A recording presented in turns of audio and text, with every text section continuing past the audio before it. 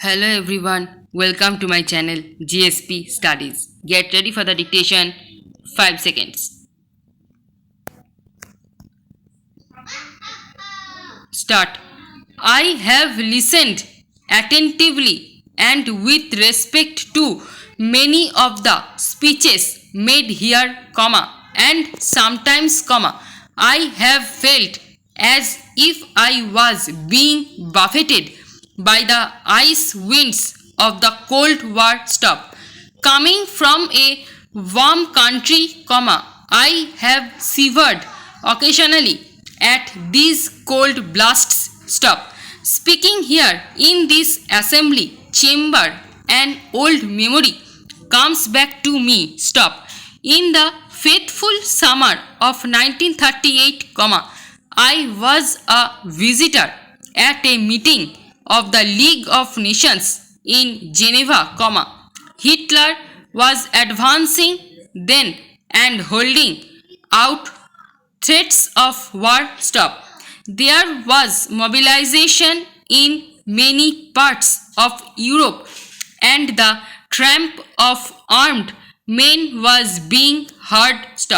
Even so, the League of Nations appeared to be unconcerned and discussed all manner of subjects, except the most vital subject of the day. The war had not started then.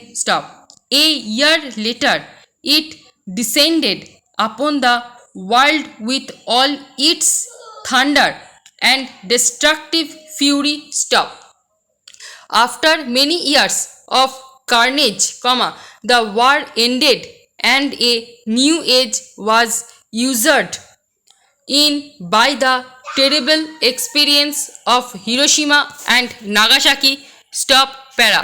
Fresh from these horrors, the minds of men turned to thoughts of peace, and there was a passionate desire to put an end to war itself.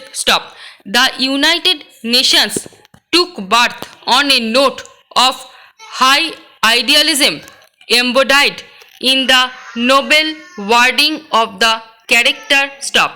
But there was also a realization of the state of post-war world as it was. Therefore, provision was made in the structure of the organization to balance certain conflicting urges. There were permanent members of the Security Council and there was provision for unanimity amongst the great powers. All this was not very logical, but it represented certain realities of the world as it was, and because of this, we accepted them. At that time, large areas in Asia and even more so in Africa were not represented in the United Nations and they were under colonial domination. Since then, the colonial part of the world has shrunk greatly, and we now welcome here many countries from Africa in their new freedom. The United Nations has become progressively more representative. But we must remember that, even now, it is not fully so. Colonialism still has its strong footholds in some parts of the world, and racialism are still prevalent, especially in Africa.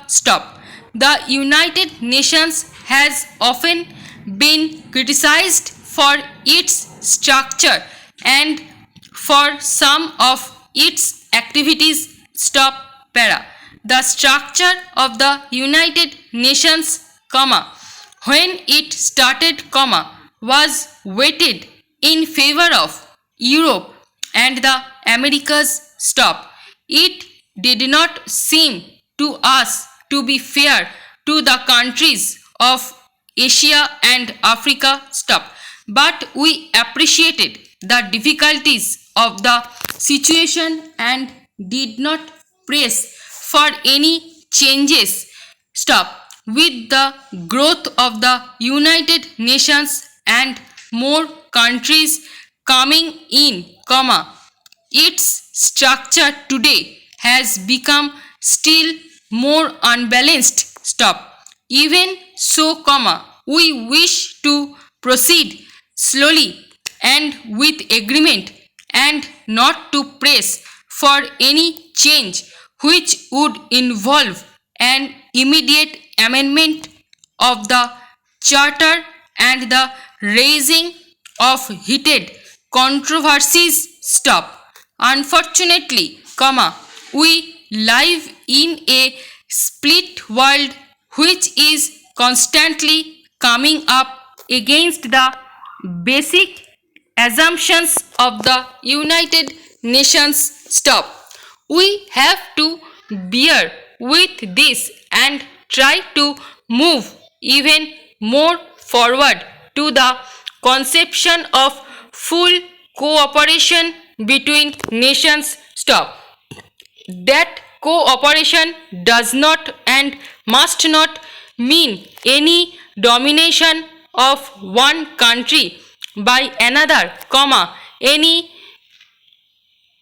erosion or compulsion forcing a country to line up with another country.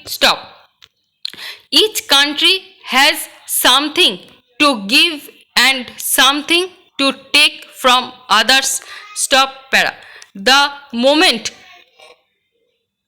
coercion is exerted on a country, not only is its freedom impaired but its growth suffers.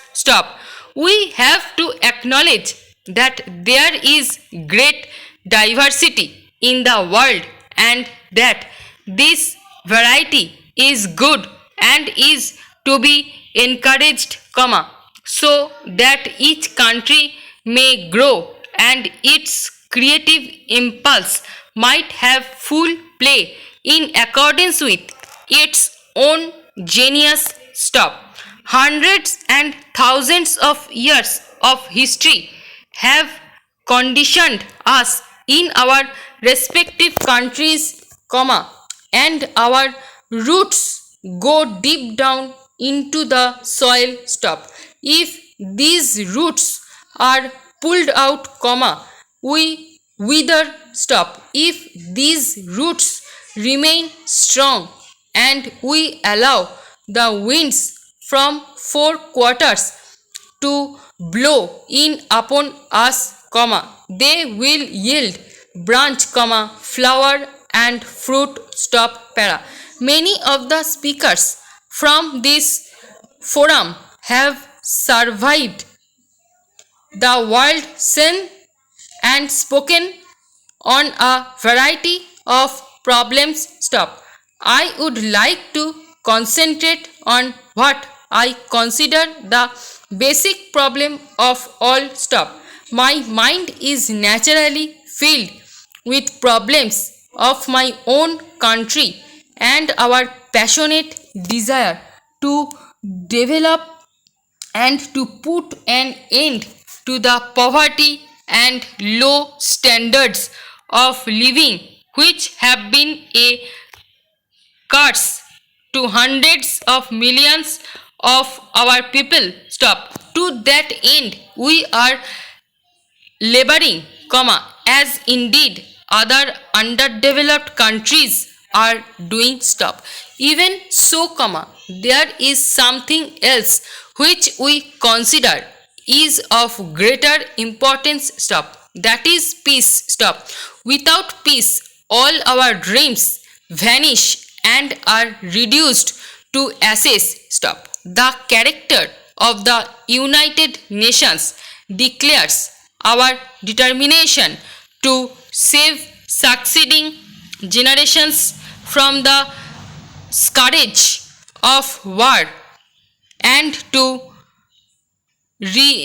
reform faith in fundamental human rights. Stop. এই video stroke এবং প্যাসেজের PDF পেতে Telegram পেজে join করুন এবং ভিডিওটি ভালো লেগে থাকলে লাইক, শেয়ার এবং সাবস্ক্রাইব করে বেল আইকনটি প্রেস করে রাখুন সবার আগে নোটিফিকেশান পেতে। Thanks for watching.